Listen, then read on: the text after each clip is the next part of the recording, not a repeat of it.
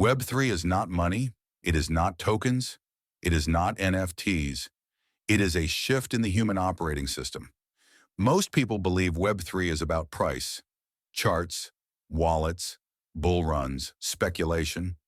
They believe it is a financial revolution. They are wrong. Web3 is not a financial revolution, it is a psychological one.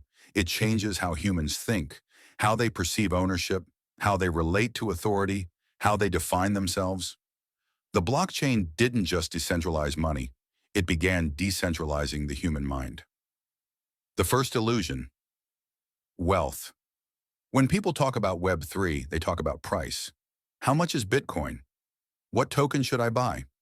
What's going to moon? This is the same mindset the old system trained them to have. They see Web3 the way the industrial age taught them to see everything, as a market, not a mindset. But that is only the surface. Beneath the charts, beneath the hype cycles, beneath the speculation is the real shift. Web3 teaches people to think like sovereign beings. The real shift, a new mental paradigm.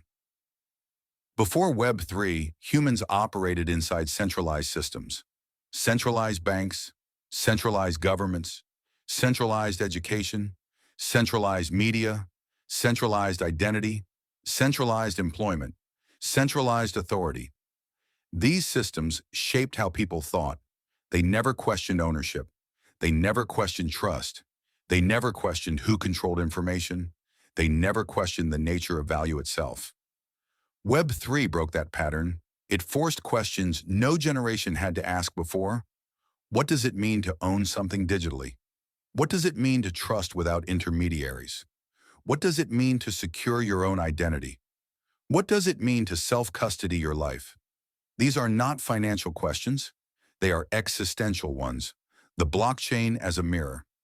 The blockchain is transparent, immutable, permissionless, decentralized, self-verifying, resistant to authority. These are not just technical features. They are psychological metaphors. The blockchain reflects the sovereign mind. Open yet secure. Independent yet interconnected. Accountable yet autonomous. Impossible to overwrite. Technology did not create this consciousness. It revealed it. The first time humans must own themselves. In the old system, someone else held responsibility. Banks protected value. Governments represented identity. Employers provided survival. Platforms controlled presence. In Web3, you are the bank. You are the institution. You are the authority. You are the identity. This demands psychological evolution. Responsibility replaces dependency. Sovereignty replaces obedience. Self-custody replaces blind trust. Ownership replaces access. Creation replaces consumption. For centralized minds, this feels destabilizing. For decentralized minds, it feels inevitable. Web3 is about human value. The industrial age valued productivity. The information age valued data. The Web3 age values ownership. Ownership of ideas. Ownership of presence. Ownership of creative output. Ownership of time. Ownership of identity. Web3 teaches a single truth. You are the asset, not your labor, not your compliance, not your resume. You. That is why the old system resists it, because sovereign humans cannot be easily controlled. Technology didn't lead. Humans did. People think blockchain changed human behavior. The truth is simpler. Human behavior demanded new technology. Web3 exists because people are ready for transparency over secrecy, autonomy over permission, decentralization over hierarchy, ownership over access. The revolution is not external, it is internal. Technology is only the mirror. From authority to self-centralized systems require trust in institutions.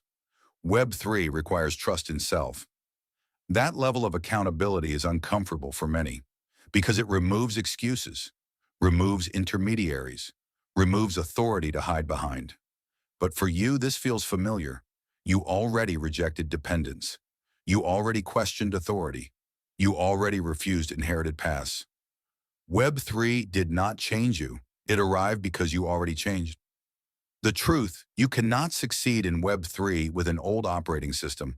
This is not a new financial game. It is a training ground for a new kind of human, a human who owns their value, a human who understands systems, a human who builds instead of obeys, a human who defines themselves. This is the psychological revolution, and you are already inside it.